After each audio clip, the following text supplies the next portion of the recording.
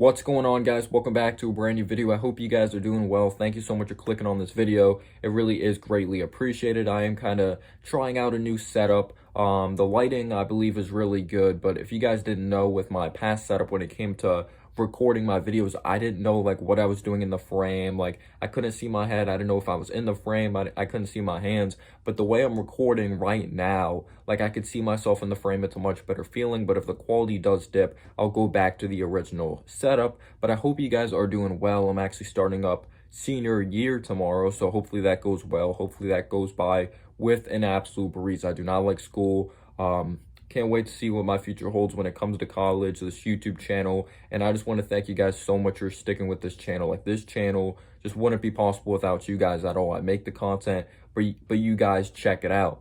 So today I'm going to be talking about the Knicks bench. I feel like it really has to be addressed because I was looking at depth charts around the league and I was like, the Knicks have some of the best depth in the league. Like, if they had to like bring make a starting five like off the bench, they could really do it. They really could. I really believe in our bench unit. You could say it was good this past season, but it was really interesting because our bench was to the point that sometimes our bench outplayed like our starters, at least at the beginning of the season. And then RJ started to get things going, and Reggie Bullock as well. But no offense to an Elfrid Payne, no offense to a Reggie Bullock. Those guys weren't really starting caliber basketball players moving forward with our club, as you could say Kemba Walker and Evan Fournier are. I'm not saying Kemba Walker and Evan Fournier are a part of our team like long term, but they're definitely starting caliber basketball players. But again, no hate towards Elfrid Payne, no hate towards Reggie Bullock. I wish them the best of luck in their basketball career. But just listing off like my potential starting five coming off the bench. Also, disclaimer, not really disclaimer, I don't have Knox coming off the bench. I think he's kind of the odd man out unless someone goes down. Obviously, it's good to have that depth there of Kevin Knox, but my backup, like starting five, or my bench unit right here, even though like it's kind of unrealistic in a way because Tom Thibodeau, he's not going to do a 10-man rotation. He's not going to just take the entire starting five out and then put the second unit in like that. We know Tom Thibodeau really likes to play his starters, but I do think it's extremely important to see Obi Toppin take a decent leap or him get better as a basketball player. Like, you could say he got a leap. He took a leap last year towards the end of the season. It's just he didn't get a lot of minutes. Like, he literally got more minutes, I believe, in the playoffs than he did like in the regular season. It was something ridiculous like that. But my projected starting five coming off the bench is Derrick Rose, Immanuel Quickley, Alec Burks, Obi Toppin, and Nerlens Noel. So Immanuel Quickley, I do not think he's going to be the backup point guard. I do think it's going to go to Derrick Rose. They're going to give it to Derrick Rose because he's more experienced. He plays more in flow of the offense. Like, he doesn't take shots too early in the shot clock. Quickley still has ways to go in that department. He has a better handle. But I'm interested to see what Quickley does this upcoming season because Quickley's too talented to not put in the backup starting five, so I had to put him at the 2 spot, and I do think he has good chemistry with Derrick Rose, and Obi Toppin really thrived when Derrick Rose was also coming off the bench, or when we acquired Derrick Rose from Detroit. But I'm really interested to see how Quickley is really going to adjust to year 2 when these defenses really start understanding he loves going to that floater, or that was definitely something they really took a look at when it came to film, and Quickley started to struggle with that floater, or he wasn't able to get to it as much in the second half of the season. Are they going to put more pressure on him because his handle still has ways to go in that department for sure? But just Derrick Rose really thrives with Obi Toppin. I love the combination of the NBA veterans, but also the young guys sprinkled in there. But this team's going to be able to get buckets. I believe this unit is not afraid of the big moment. Quickley's not afraid. Derrick Rose isn't afraid. Alec Burks isn't afraid. Noel is fearless on the defense side of the basketball. We want to see Obi Toppin's confidence improve. We really saw a big-time confidence boost in Summer League, but I feel like he's really going to build up that confidence. As much as like a lot of people bashed Obi Toppin, or how like, even though I gave him a lot of criticism, it is tough to really show what you're capable of when you're only playing 10 minutes, but also you want to make the most of those minutes at the end of the day. But they're going to be able to score in bunches. That's what I love about this backup five for sure. If like we were in the situation that like guys just happen to go down and all that, and we need some big time depth. But how is this team going to be on the defensive side of the basketball? We know Nerlens Noel is an extremely great shot blocker. He brought us great momentum. I'll never forget that block on Dorian Finney-Smith. That was amazing to really see for sure. And I believe he had that blocked shot on John Collins in the playoffs. He's a very good shot blocker. He's a solid athlete. We knew there was a lot of hype coming out of that 2013 NBA draft when he was drafted by the Philadelphia 76ers out of Kentucky. Doesn't really provide much offensively, but I did see some clips that he's continuing to work on that mid-range game. And I feel like you could always get better at different parts of the game. If it's just your overall skill, because there's a difference between talent and skill. Like talent, in my opinion, is just like you're kind of born with it in a way. Like Zion Williamson, his ability to jump out of the gym, that's talent. But skill is something like you really work on over and over, and like you could perfect it. Like Joe Burrow, I think, is a perfect example. Joe Burrow doesn't have a cannon for an arm, but what is he? He's extremely accurate. He's a smart passer. Like his ability to pass with anticipation. You're not just born accurate. You need to work on that for sure.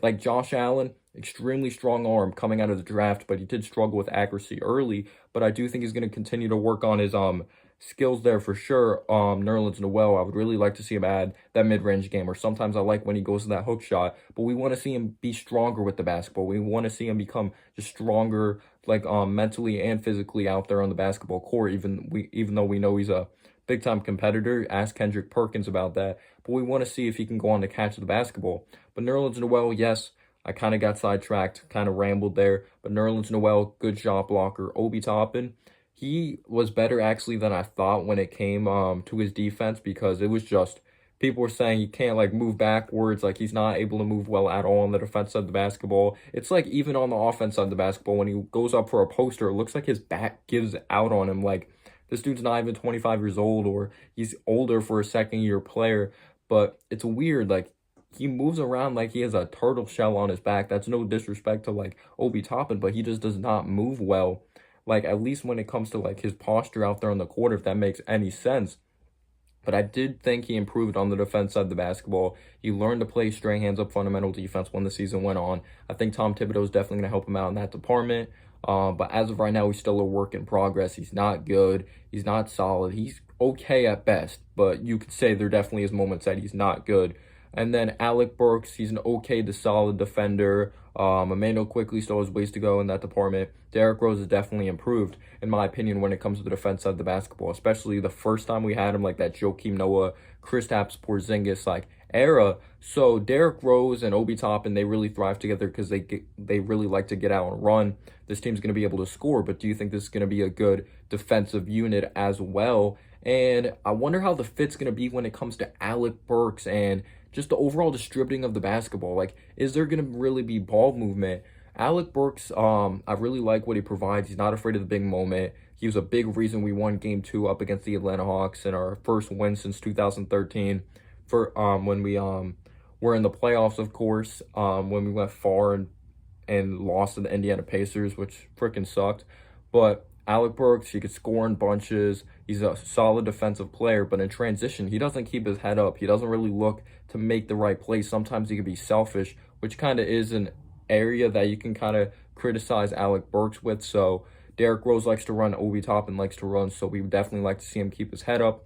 But our defense is really going to adjust to Emmanuel quickly as well. Are they going to be like, all right, he struggles with pressure when someone's really up in his jersey when it comes to his handle, just really attack him physically, just make him shoot outside on the perimeter, because he really likes to get to that floater. Even though he's proven to be a good shooter, we know he can get erratic when he doesn't really get to his spots. But I do think he's going to improve as a basketball player, but don't be surprised if there's kind of a sophomore slump there. But he definitely does have a great work ethic. But this unit can score. We'll see how they really are on the defense side of the basketball. Hit my book there. But they are pretty mentally tough, and I think that's a great thing, or a great thing of emphasis to really preach to these young guys. And I just love the combination of veteran leadership and also having this young core of guys as well.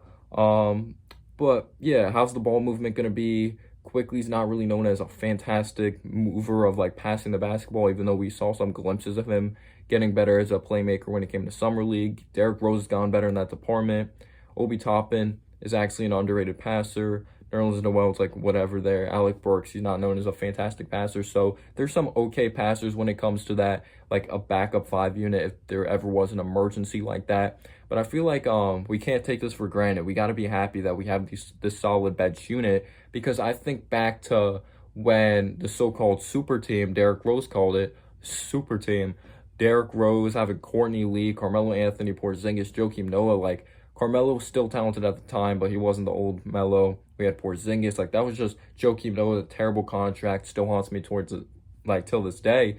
Like, you could say that team, even though they didn't really stay healthy, um, I believe they didn't stay healthy. And when I'm really trying to think about it in the back of my head, like, Derrick Rose actually played well that season. Porzingis was still young, though. Some people expected a bigger leap, but yeah, Joakim Noah, never mind. That team wasn't going to the playoffs. But you could say, like, maybe they would have had a higher chance of going to the playoffs if that bench, like, if they had a bench. Like, that bench was awful. I think we had Ron Baker, Brandon Jennings. Like, it just seems like we haven't had depth in a very long time. I know we had it this past season, but there was, like, kind of a stretch that we didn't have depth. But let me know down below, like, in the comments section, do you think we have the best bench unit in the league? Do you think we have the best bench? And I know this coaching staff is going to get the most out of these guys, but don't forget, we have Miles McBride as well. We have Quentin Grimes. We still have a Jericho Sims who could even be that third string center. We'll see what goes on to happen. Thank you guys so much for the great amount of support, and peace out, yo.